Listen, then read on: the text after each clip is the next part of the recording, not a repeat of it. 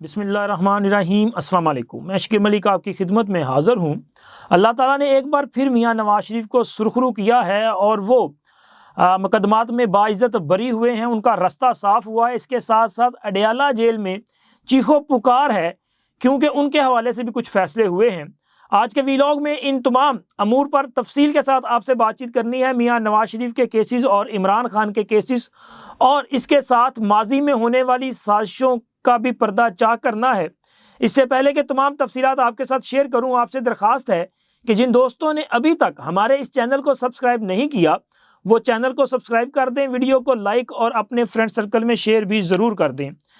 Video के आगाज़ में मुझे एक शेर याद आ रहा था कि मुद्दई लाख बुरा चाहे तो क्या होता है, वही होता है जो मंजूर खुदा होता है।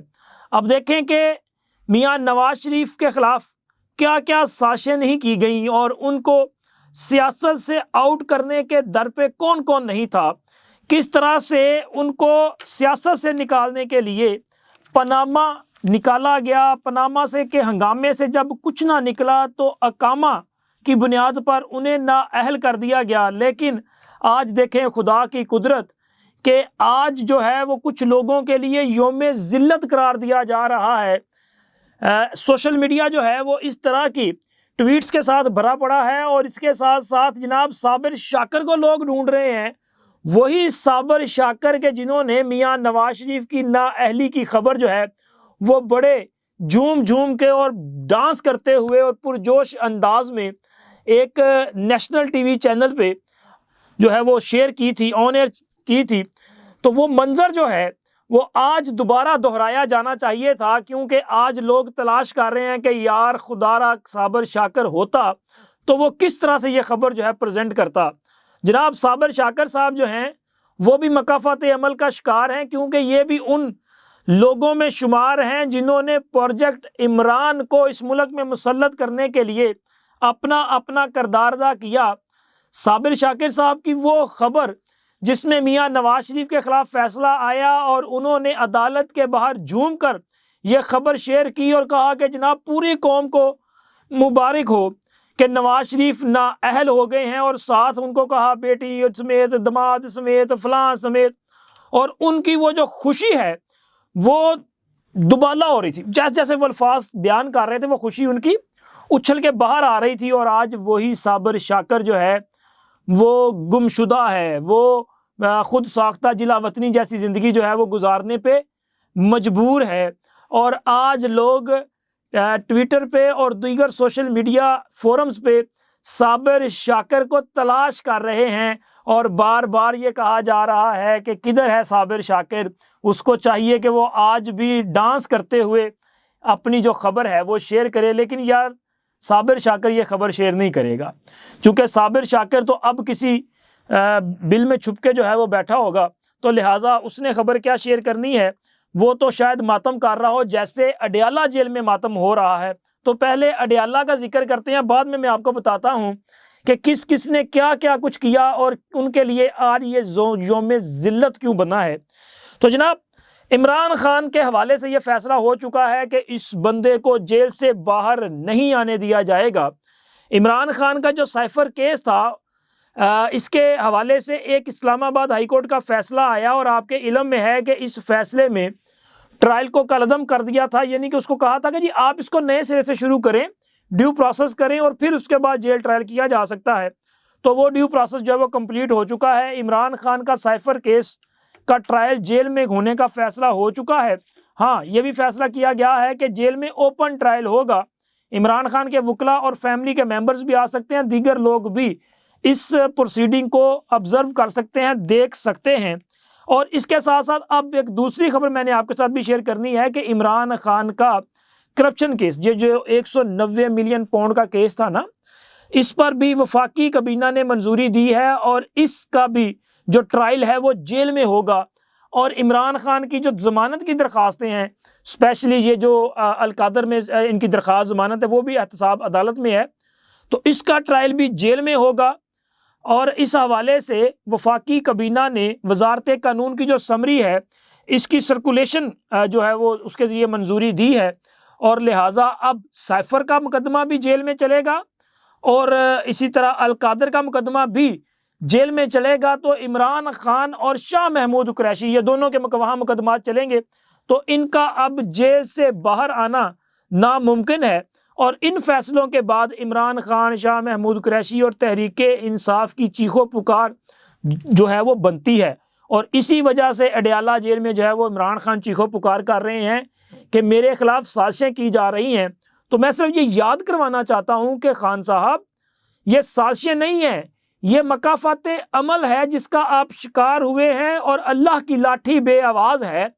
मियाँ नवाज शरीफ के खिलाफ जब साजिशें आप करवा रहे थे और आपकी मोहब्बत में मुब्तला ताकतवर लोग उस वक़्त मियाँ नवाज शरीफ को सियासत से आउट करने के दर पे थे और कोई ऐसा हीला बहाना नहीं छोड़ा जा रहा था कि नवाज शरीफ को सियासत से आउट करना है, तो उस वक़्त आपको इन चीज़ों का ख्याल होना चाहिए था कि साजिशें आप अगर करेंगे तो कल इन्हीं साजिशों की पकड़ में आ जाएंगे ना। क्योंकि मियाँ नवाज शरीफ ने पहले दिन से आज के दिन तक वो एक बात मुसलसल कर रहे हैं। उनसे जब भी पूछा गया कि मियाँ साहब, आपके खिलाफ ये जो केसेस हैं आप इनको कैसे देखते हैं, तो उनका कहना था कि मैंने अपने मामलात अपने अल्लाह पर छोड़ दिए हैं, मेरे साथ जो जुल्म किया गया उसका हिसाब अल्लाह ही लेगा। और उन्होंने कई बार उन लोगों को माफ़ करने का भी कहा कि जी मैं उन लोगों को जो मेरे साथ ज़ाती तौर पे उन्होंने किया मैं उस पर दरगुजर करने के लिए तैयार हूँ। लेकिन अब देखें कि अल्लाह की पकड़ में है इमरान खान और वो तमाम लोग जिन्होंने उस वक़्त इस साजिश का हिस्सा बनते हुए नवाज शरीफ को आउट करने की कोशिश की, वो सारे के सारे जो हैं वो इस वक़्त खुद एक शिकंजे में आ चुके हैं। नवाज शरीफ जब वज़ीर आज़म थे तो उनके खिलाफ एक तो पहले इमरान खान और ताहिरुल कादरी के ज़रिए धरने करवाए गए ताकि उनकी हुकूमत जो है वो गैर मुस्तहकम हो जाए, और नवाज शरीफ पर यह जोर डाला गया कि आप मुस्ताफ़ी हो जाएं, आप हुकूमत छोड़ दें, आप मुल्क से बाहर चले जाएं।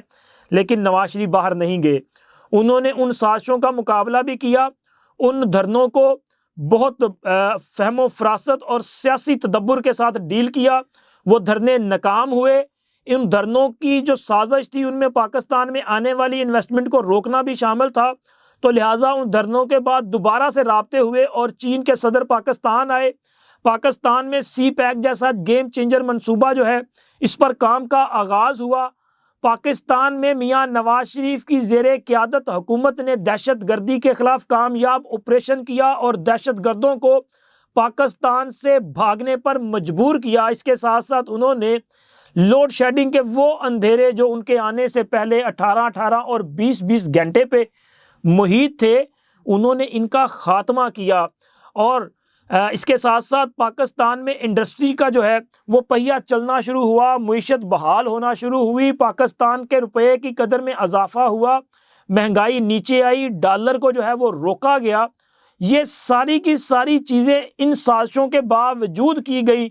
लेकिन क्योंकि ताकतवरों ने कहने का ये फैसला था कि जी हमने इमरान खान को लेके आना है, प्रोजेक्ट इमरान मुसल्लत करना है, तो लिहाजा नवाज शरीफ जब वज़ीर आज़म थे तो उनके खिलाफ पनामा का जो है वो एक बेबुनियाद स्कैंडल सामने लाया गया।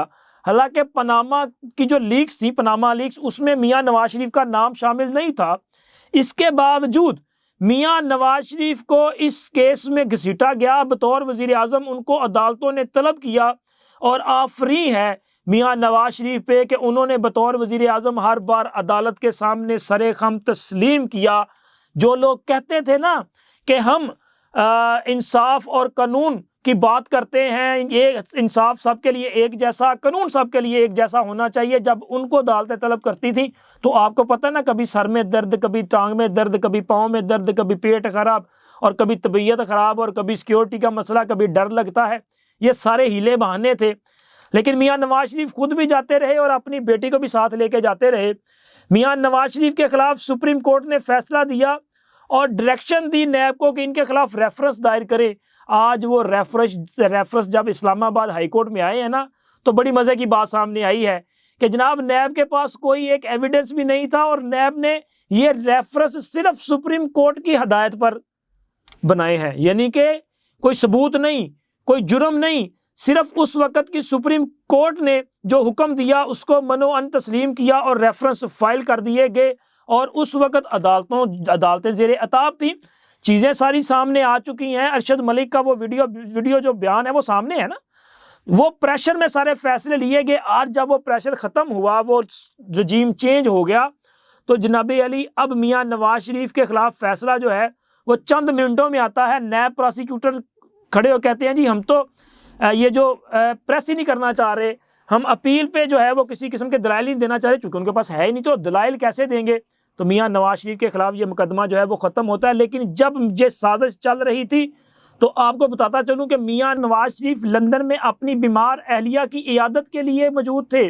जब उनको सज़ा सुनाई गई तो उन्होंने बहाना करके वहाँ नहीं रुके, बल्कि वो अपनी बेटी का हाथ पकड़ के वापस आए और सीधा जेल गए और जेल काटनी शुरू की। नवाज शरीफ ने बहादुरी का भी सबूत दिया और उन्होंने इस बात का भी सबूत दिया कि वाकई उनका जो तकिया है वो अल्लाह पर है और आज अल्लाह ताला ने उनको सुरखरू किया है। और वो लोग जो उस वक़्त साजिशें कर रहे थे, पनामा का अकामा का हंगामा बर्पा करके वो नवाज शरीफ को जो है वो माइनस करने की बातें कर रहे थे, आज पूरी सोशल मीडिया भरा पड़ा है। आज उनके नाम ले ले के यौम ज़िल्लत करार दिया जा रहा है। मैं उनके नाम नहीं ले रहा क्योंकि वो जो नाम है वो सारे आप भी जानते हैं, लेकिन ये मकाफ़ात अमल है। ये है अल्लाह ताला का निज़ाम और उसका इंसाफ, जिसने नवाज शरीफ को सुरखरू किया। इमरान खान और इसकी मोहब्बत में मुब्तला लोग जो हैं वो आज निशाने इबरत बन चुके हैं। अब तक के लिए इतना ही, मिलते हैं अगली वीडियो में। अल्लाह हाफिज़।